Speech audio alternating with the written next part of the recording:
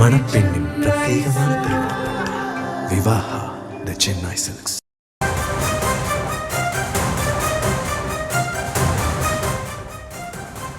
மற்றும் ஒரு அண்மை செய்தியை பார்த்து வருகிறோம். ரயில்வே திட்டங்கள் தொடர்பாக பிரதமர் மோடிக்கு முதலமைச்சர் கடிதம் எழுதியிருப்பதாக செய்திகள் வெளியாகி இருக்கின்றன. தமிழகத்திற்கு அனுமதிக்கப்பட்ட ரயில்வே திட்டங்களுக்கு உரிய நிதியை விடுவிக்க வேண்டும் என்று அந்த கடிதத்தில் கூறப்பட்டிருக்கிறது. விவரங்களுக்கு இணைகிறார் எமது செய்தியாளர் பாரி கார்த்திக். அவரிடம் பேசலாம். வணக்கம் பாரி கார்த்திக், விவரங்கள். வணக்கம்.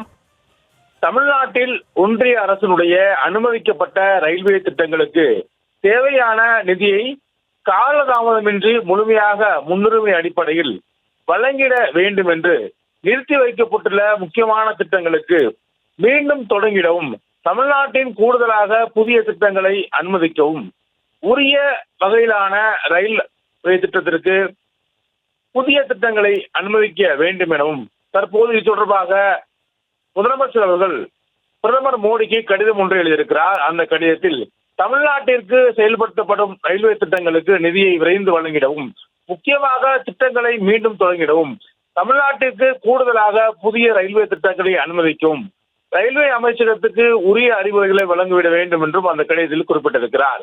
மேலும் அந்த கடிதத்தில் தமிழ்நாட்டில் ஒன்றிய அரசால் நிறைவேற்றப்பட்டு ரயில்வே துறையின் கீழ் பல்வேறு திட்டங்கள் தற்போது நிலை குறித்து தெரிவித்திருக்கும் முதலமைச்சர் அவர்கள் நிலுவையில் உள்ள பிரச்சனைகளுக்கு குறிப்பாக நிலம் கையகப்படுத்துவதும், நிதியை முறையாக விடுவித்தல் மற்றும் கிடப்பில் போடப்பட்ட பல்வேறு திட்டங்களுக்கு உடனடியாக பிரதமர்கள் தலையிட்டு ரயில்வேக்கு உத்தரவிட வேண்டும் என்றும் அதில் குறிப்பிட்டிருக்கிறார்.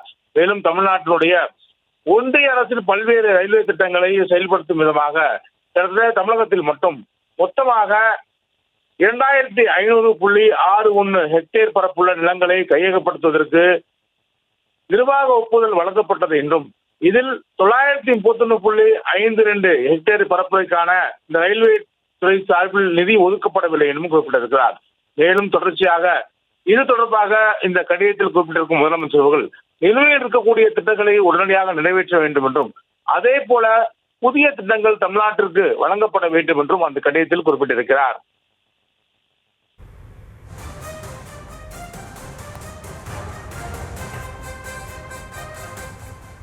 விவரங்களுக்கு நன்றி பாரி கார்த்திக்.